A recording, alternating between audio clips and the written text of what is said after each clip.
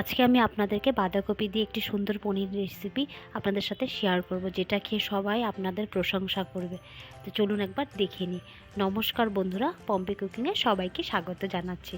তো প্রথমে আমি এখানে বাঁধাকপি 250 গ্রাম মতন বাঁধাকপিকে কুচি করে কেটে এভাবে আমি মিক্সার গ্রাইন্ডারে দিয়ে দিচ্ছি পেস্ট করব বলে। তারপরে দিচ্ছি আমি পেঁয়াজের কুচি করে, একটা গোটা পেঁয়াজকে এভাবে কুচি করে নিয়েছি। আর দিচ্ছি রসুন, 7 থেকে 8টা রোয়া রসুন আমি দিচ্ছি। আর আদা দিচ্ছি ছোটো টুকরো 3 টুকরো করে। আর দিচ্ছি ধনেপাতা কুচি সামান্য, আর অল্প জল দিয়ে এটার একটা পেস্ট তৈরি করে নেব। তো এরকম একটা পেস্ট আমি তৈরি করে নিচ্ছি।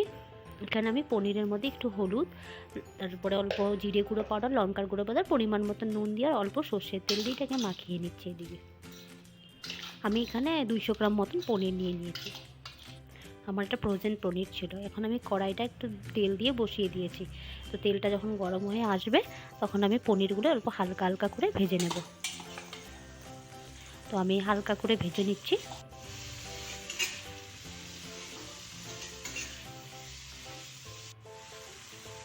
তো আমার পনিরটা ভাজা হয়ে গেছে। তারপর আমি ওই কড়াইয়ের মধ্যেই আমি আরেকটু তেল দিয়ে দিলাম, একটা শুকনো লঙ্কা দিয়ে দিলাম, আর দিব গোটা জিরা সামান্য দিয়ে একটু নাড়িয়ে নিচ্ছি। নাড়িয়ে দিলাম টমেটো কুচি দিয়ে একটু নাড়িয়ে নিচ্ছি। এখন দিয়ে দিচ্ছি এই পেস্টগুলোকে।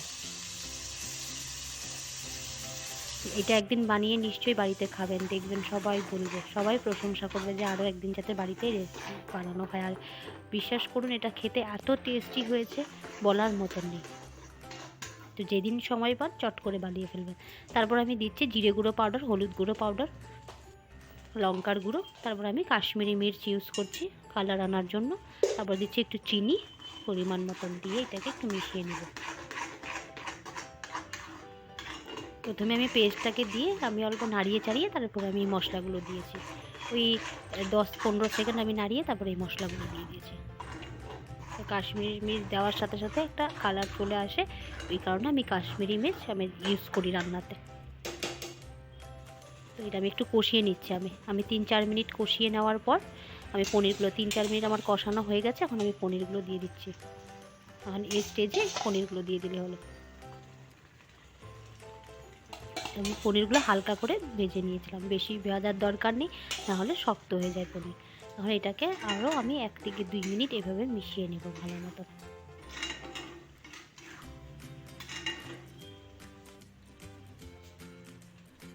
এখন দিচ্ছি আমি ক্যাপসিকাম কুচি।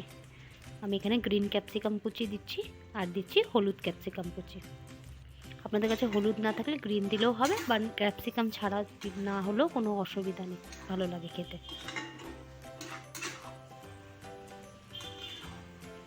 দিয়ে আরও আমি ভালো মতন এটাকে মিশিয়ে দিচ্ছি। এখন দিয়ে দিব একটু জল সামান্য পরিমাণে। এটা একটু গ্রেভি হবে, বেশি জল দেওয়ার দরকার নেই। অবশ্যই জলটা যদি একটু গরম করে দেওয়া হয়, হালকা উষ্ণ গরম জল এখানে দিয়ে দিলেই হলো। এটাকে আমি আরও 1 মিনিট মতন এটাকে ফুটিয়ে নিব অল্প। তো আমি অল্প হালকা ফুটিয়ে নেওয়ার পরে আমি দিয়ে দিলাম অল্প নুন, পরিমাণ মতন আমি একটু নুন দিয়ে দিয়েছি। আর দিচ্ছি অল্প বাটার।